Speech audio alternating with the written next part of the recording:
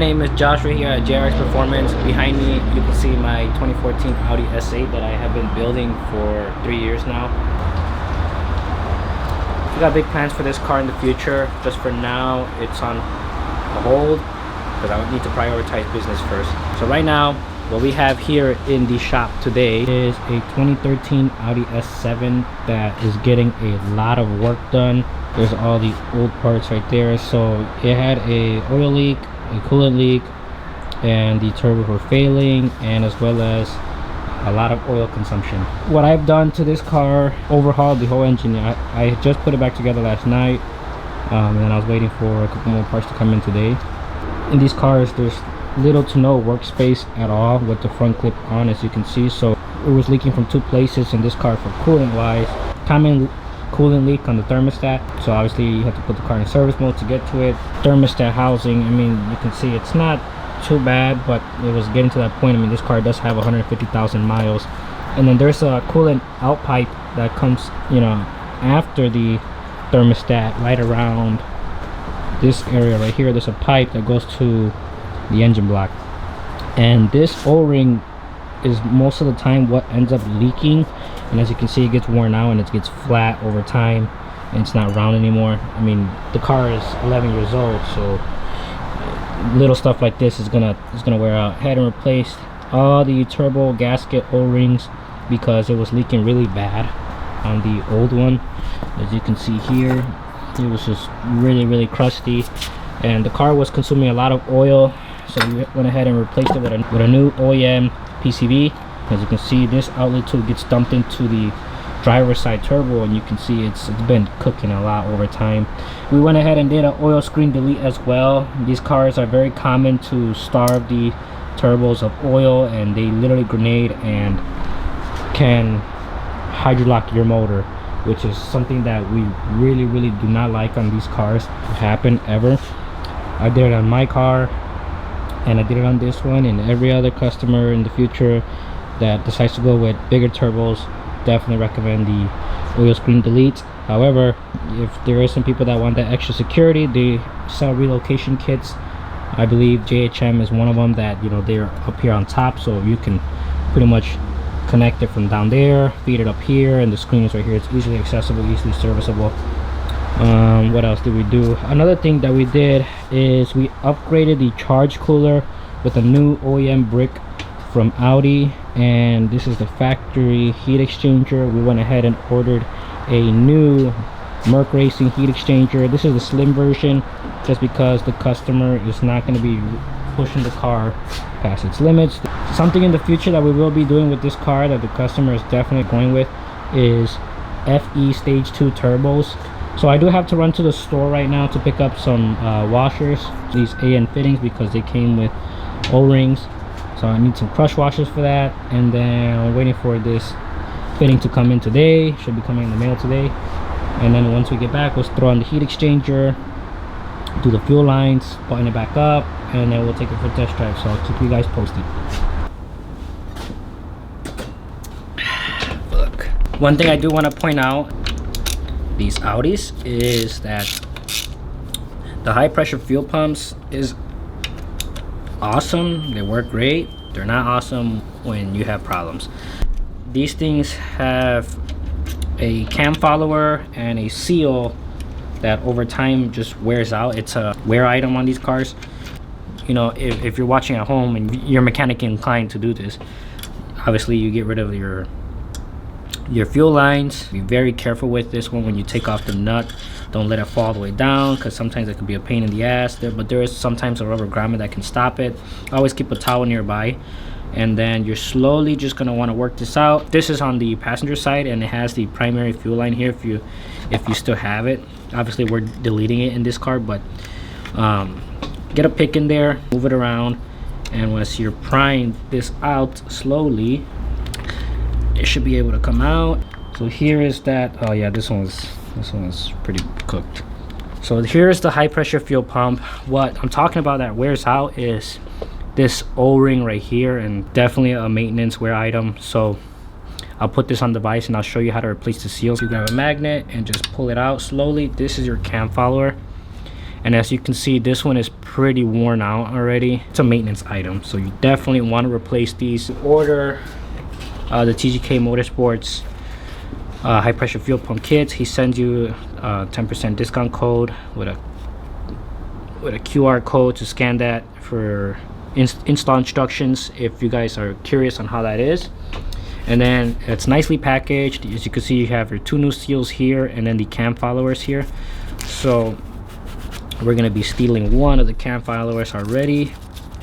I like to grab some of the leftover oil here and then just lube up the sides a little bit more. And then just simple as finding the dowel and inserting it. We're gonna be deleting this line right here and putting a plug, and then we're gonna be switching out the seal right here. And he sells you a kit, you know, that's what this big empty slot is for a tool. Since I already ordered this and I did it in my S8, I had the tool, so we didn't need the tool. This is the tool that comes with. Once you take this keeper off and the spring, you insert this in there, and then you're able to spin this off, put the new seal on real nicely, tighten it up real good, and then put the put the spring back on with the keeper. And then it's as simple as, it's reverse order. You just install everything that, you know, you took it off step by step, put it back. Very simple. So I'm gonna throw this in the vise and I'll show you how that's done. So we're here on the vise, and one thing that I do recommend is don't pinch it right here on these sides. So I'll show you. They have flat surfaces where a lot of people tend to put the vise, you know, right here. But if you do that, you end up swelling it a little bit, you know, expanding it, and it can leak from here, from this top hat. Get a thin small flathead and wedge it between the keeper and the spring. So once you bring the plunger up a little bit, separate the valve. I'm sorry, not the valve. Why do I keep calling this a fucking valve? Separate the keeper from the spring. So insert it like so. Fuck. Torn it. You're gonna torn it slowly. What happens is this little seal in the middle, I mean, you gotta remember, this plunger is moving up and down so fucking fast that it will literally wear it out. And what happens is fuel starts to mix with the oil. Obviously it can lead to oil starvation, you know, wearing down your oil. Tyler at TGK also mentions this in his video, why you should be replacing them. I like to lube up the O-ring a little bit. No diddy.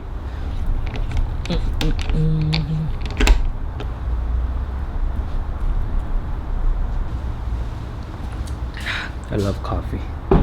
After you torque this down, clean everything up, before you put the spring on, pull the plunger up a little bit so that we can get the spring and keeper on there, like so. Spring, keeper literally just slides over, and then you can push down on the plunger. I like to give it a couple pumps, no diddy.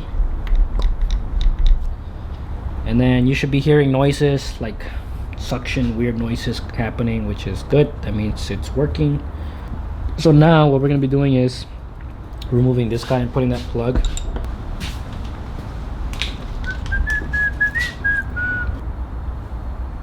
I think I got the wrong fucking, yep, I got the wrong threads, damn it.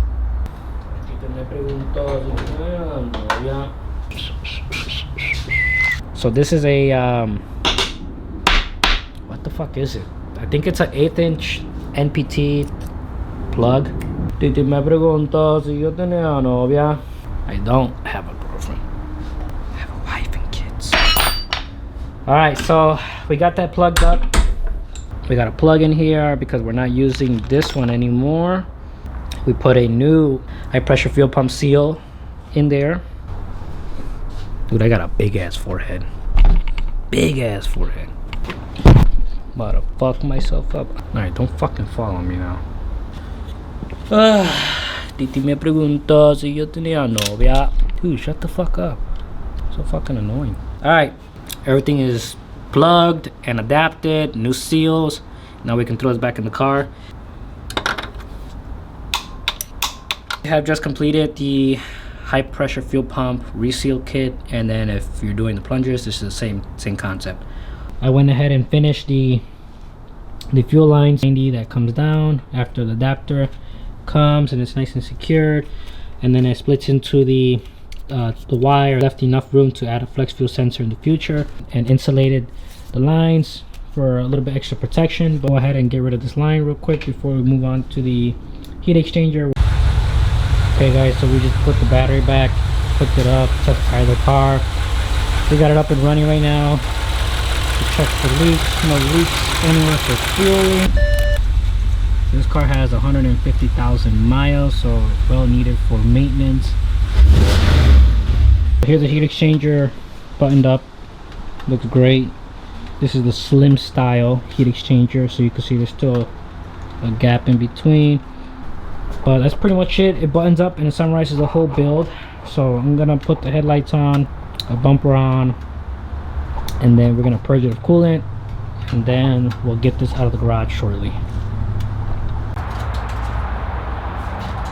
It's a nice car. Go ahead and wrap up this car and then go deliver it to its owner. Alright guys, so we just dropped the car off to the customer here, brother, my younger brother. So we're in his 2013 Audi S7, and right now we're gonna go put some gas and then get his reaction to see how it feels when he does some pulls. Again, it is a stock tuned car just on S8 turbos for now. We're gonna go with the FE stage 2s like I mentioned earlier. Overall, what do you think so far driving the car? Does it feel better? Does it feel like shit? Does it feel, be honest? It feels a little better, to be honest with you. I feel like it's more smoother, because I felt like when I was first driving it, it had some issues. Overall, I feel like it's just more, it's a more smoother experience. Make sure you put 93. 93. Don't put no fucking 87. I like your 87. Fuck, it's cold. He has to hold his key against the transponder. For some reason, it's not working. So we're gonna have to get another key for him soon.